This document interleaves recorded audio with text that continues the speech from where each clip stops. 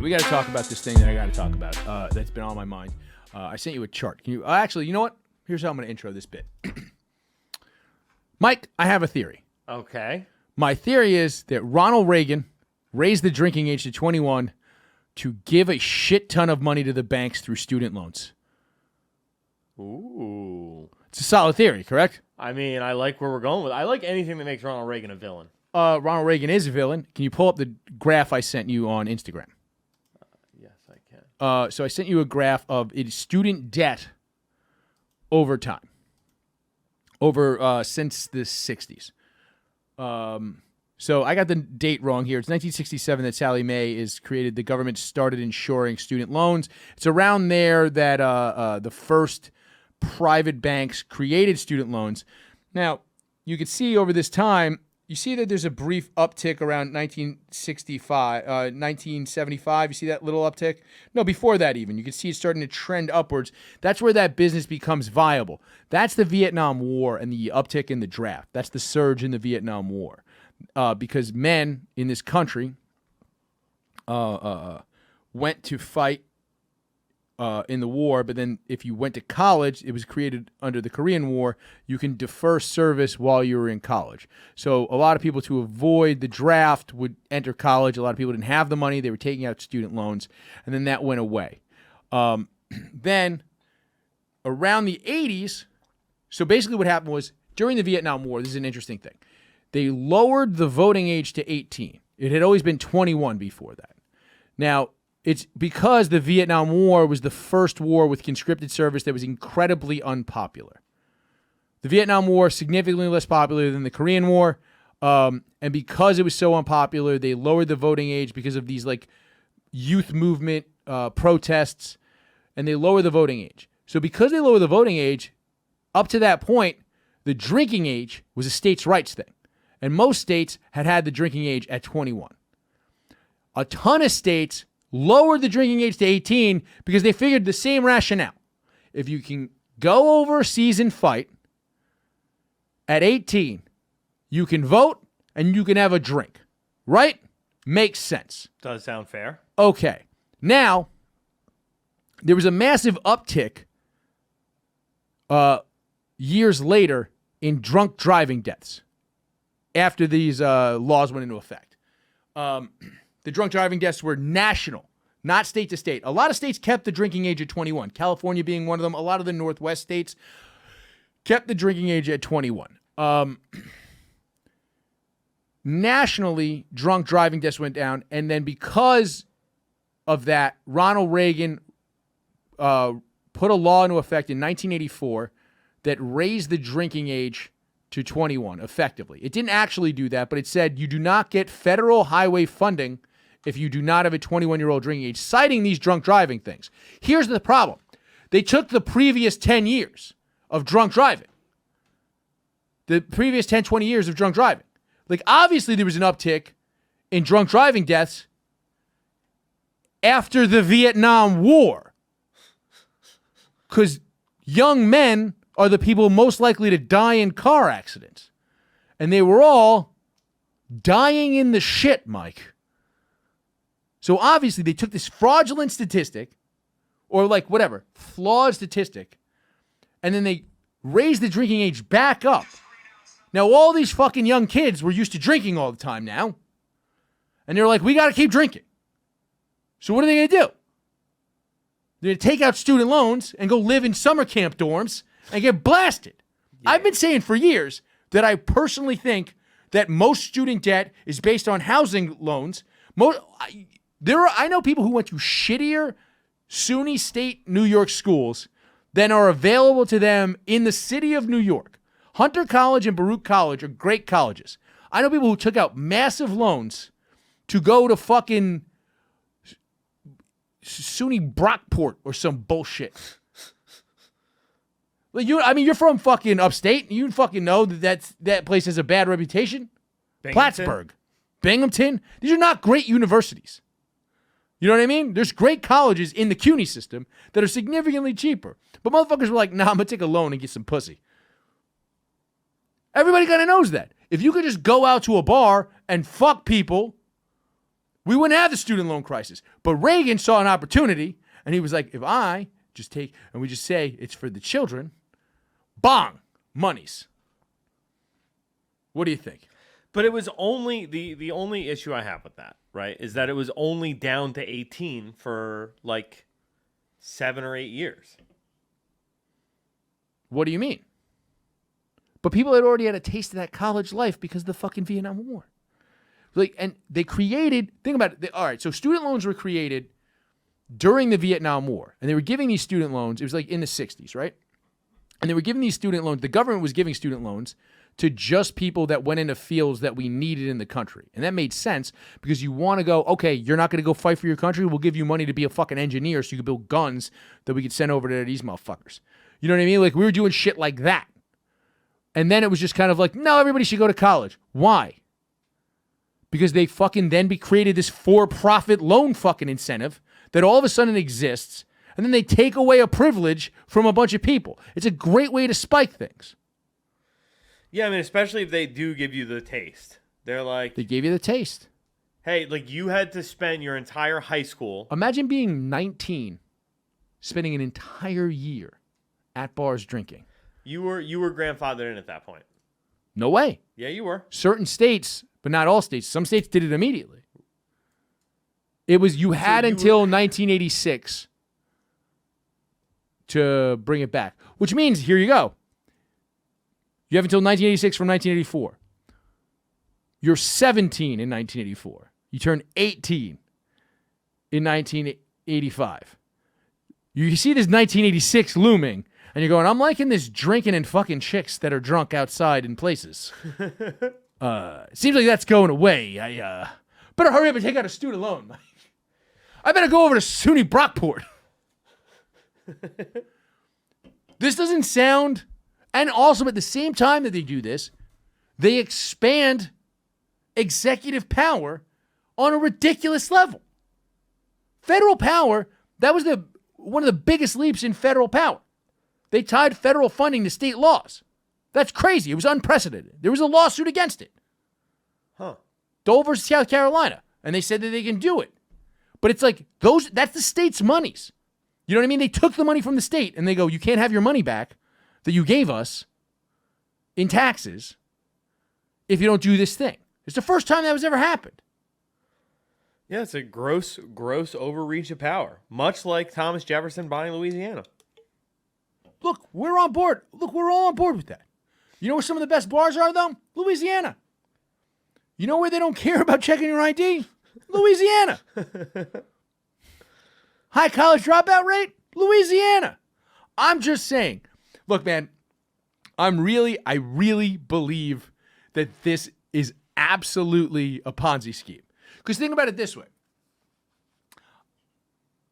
If you didn't know that this was a good source of income, remember we've talked about it on the show before. Under George Bush Sr., there was a thing passed by Democrat Congress called PAYGO, in which he could not deficit spend it any further. And he could not... Or he would have to raise taxes, but he promised he wouldn't raise taxes. So you had to find the money in the budget to create a new budget. So a big part of all the loans being given by the government, therefore meaning so the government was just insuring the loans before that. So if somebody defaulted, the government would just give the money. That's a real Reagan kind of deal. It's like, don't worry, give these dickheads loans. We know they're going to default. We'll give you the money. That's a real Reagan move, right? That's a real fucking sellout fucking pseudo-Republican neocon fucking big money bullshit. Doesn't that sound real bullshitty?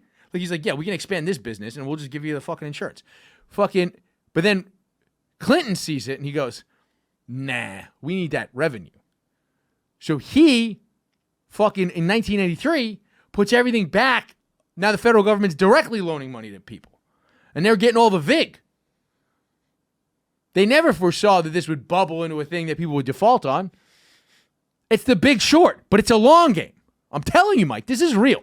You're looking at me like I'm fucking crazy. No, but so what's the end game here if they know the loans there was no end game. On? Those guys are dead. I mean, Clinton's not dead yet, but soon. True. They're all gone. This is somebody else's problem now. It was a grift. This entire raising the drinking age to 21 was a grift. Lowering the voting age was a grift. These are all grifts. These are short cons over time. I'm telling you, we got to lower this drinking age, Mike. I'm not disagreeing If with we you. lower the drinking age, I guarantee you, within half a generation, we will eliminate a massive amount of the student debt. If New York City, think about it this way. You know how many people grow up in New York City and then just leave to go to college? There's so many good bars here. If you just let kids into bars, they're not going to go to fucking Albany to hang out. That's true, but you do then. All right, so if this was true, right? The only thing that I would And say, then you can create a new business model of building small, tiny studio apartments and mortgaging them, and that's your starter home, to these kids. And that's also insured by the FHA. We could start a new Ponzi scheme, Mike. Just get on board, baby. So the only way I think this is actually true, right? I think it's true. Is if you also then have large swaths of these same banks going out and setting up, essentially shell companies to then buy up the property in these college towns to then rent back at exorbitant rates. If these same banks for decades unabated were setting up no credit check fucking credit cards outside of said colleges. Okay, yeah. Now we're talking. Yeah, because that was really Yeah. Yeah. Because that was the big thing in the 90s. Was Also, credit you card debt. can't declare bankruptcy on student loans. Yeah. Like, it's honestly it seems like the perfect business that Ronald Reagan just handed these motherfuckers for 10 years unabated. Damn, dude. That's because, you know why? Because his wife was the original superhead. He was like, look, I don't care. I don't care if I'm sending this country to hell in a handbasket. I mean, he didn't care at all anyway. He didn't care. It should have been John Wayne. Should have been. He would have kept the drinking age down. Oh, yeah. It should have been a states' right. Look at the fucking map. It's kind of crazy how many places just were like, yeah, just let kids drink at 18. I think 18 is kind of... The rest of the world does 18. Yeah, but the problem is 18 really means like 16. I mean, it's 16 anyway, Mike. The real thing is, you know why you want 18-year-olds to be able to drink in bars? So they gain some social decorum. That's the reason why you want it. Because binge drinking skyrocketed at all these colleges also. Because there was plenty of people already in college, and they would just go to bars. And then it just kind of drove it into, like, because you would go out, you're 18. Think about it this way. When you didn't really go to college like that, right? No. Okay. But you went to bars when you were like 18, 19. Yeah. But you had decorum around the older guys at the bar. True. Because you had to have decorum around older people. You still had that built into you. Now you just have a bunch of 18-year-olds trying to out 18-year-old each other at a fucking summer camp. But maybe, all right, but also, if they're drinking a lot and fucking a lot, that means we're going to have more kids.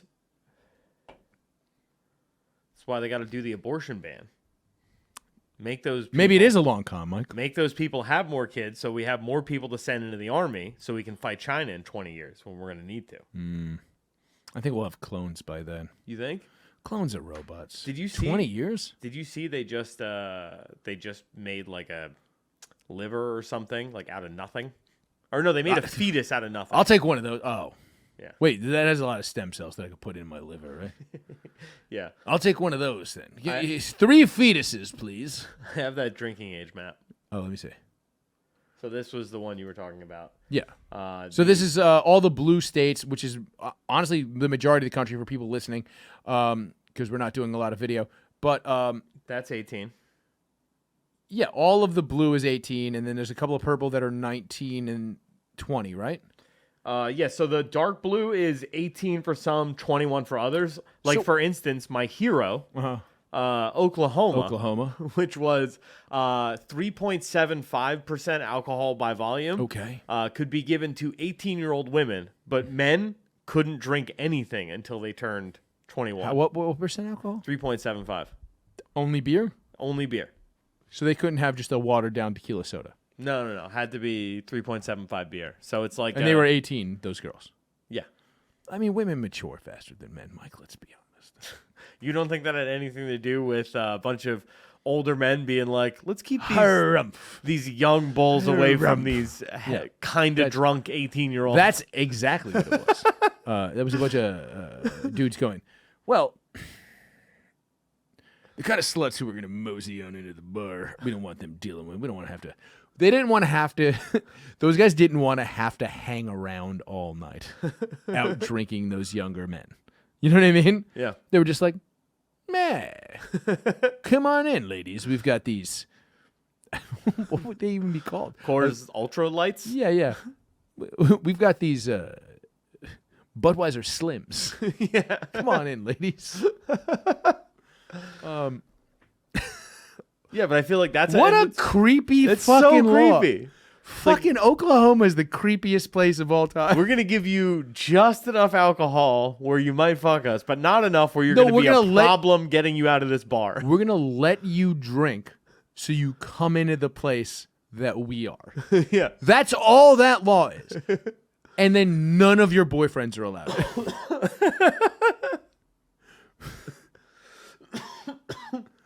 No boyfriends allowed. Yeah. And then you know what we're going to do? We're going to invent ladies' night. I mean, dude, that's what it is. Oklahoma just invented ladies' night. Dude, the whole state was in ladies' night from 1965 to 1984. Fuck you, Reagan. Fuck you. Damn, dude, Reagan just fucked up these poor Oklahomans. Oh, they had the fucking most beautiful Ponzi scheme. Did George Bush Sr. win Oklahoma? No, I think he was Texas, doggy. No, but he must have won Oklahoma. Oh, yeah. It's all red. Man, that must have really stuck in their fucking craws. I will say this, though. The only information I could find on where the money was going, the Mothers Against Drunk Driving gave the maximum amount of money to George Bush Jr. Wait, for real? Yes. Wow. To a drunk driver. Noted drunk driver, George Bush Jr. Oof. The only drunker driver, James Bond Jr. Nah, James Bond Jr. never drank. On camera. True. Oh, man, this Dukakis vote was a lot closer than I thought it was. Oh, shit, let me peep. Look at that. That's in Oklahoma? No, that's nationwide. Oh, yeah. I mean, 8% he won by? That's not a lot. Damn, Ron Paul did all right, though. Did better than the New Alliance, tell you that. I don't know how to check by state. It's not really letting me do that. Nah, don't worry about it. Okay. But anyway, I think this is a solid theory that has ruined our country. Oh, for sure. Yeah. I think 21-year-old drinking age is ruining our country. I think that's why the student loan debt exists. No, because I do think there is a certain... No other country has this level of the amount of dorming that this country has, and they all have 18-year-old drinking ages. Yeah, but it's like, look, as long as that exists, as long as that's an option, even if you make the drinking age 18, sluts are still going to go to ASU. Yeah, well, you get rid of the loans. Oh. So, yeah, it's like, look, if we're defaulting on all these loans and we're giving you loan forgiveness... Well, you just let people know, like, you can take out loans for student housing. We will absolutely... Like, honestly, I think the move is to make community college free and then just say to people, we're making community college free. We will never pay off your student loans. The only reason why we should ever pay off student loans or forgive student loans is if you go into a field that we are lacking employment in. Like I said, I think I said last week on the show, general practitioners. We have a shortage of general practitioners. Do we really? Yeah. The only reason why it's not exacerbated is because of Indian and Nigerian immigrants who stay in the country for a few years to be residents. Like, that's why we have family practice doctors in this country. Like, it would be significantly worse. Because you can't make a lot of money as a family doctor in this country to pay off medical school loans. So people go into surgery and things like that, plastic surgery, all sorts of other specialties. I'll forgive your medical fucking loans if you go into family practice. You know what I mean? Like it's like Maine has a program like that where if you just live in Maine for 5 years after college, they'll pay off a fat chunk of your student loans, or 10 years. Like, so it's like, okay, do that. We need teachers in this country, right? We have a shortage of teachers. Okay, federally pay off their fucking student loans. That's not a bad idea. If you stay in that field, if you stay in primary education for 5 years, or if you have to be you have to have a graduate degree. So that's a lot more money. 10 years will pay off this much of your student loans. That's not fucking unheard of or crazy. Honestly, like if we're going to be taking this money in taxes and sending it to Ukraine, we may as well be using it to fucking educate our fucking populace, even though we've talked about on this show before, Mike, I think we need less people going to school, just in general. I think college is a scam. Can't argue with that. Yeah. We have more that it does bother me that it is something that like significantly bugs me that the average person thinks the American populace is uneducated, right? But has no problem with higher education, despite the fact that we have more college graduates per capita than any country in the fucking world. Per capita? Yes. Wow. Yes. We did it on the show about 8 months ago. There's a site called The World in Maps that'll show you college graduates per capita worldwide. And we have by far the most. Huh. So my theory is the reason why you have the most college graduates per capita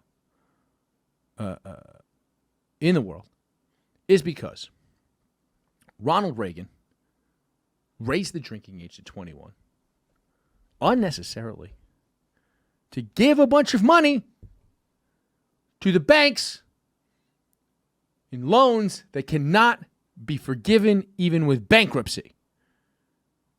Moving on. Hey guys, if you enjoyed that clip, make sure you subscribe to the show on iTunes, Spotify, Google Podcasts, or wherever you get podcasts. And make sure you follow me at Chris from BKLYN on Twitter.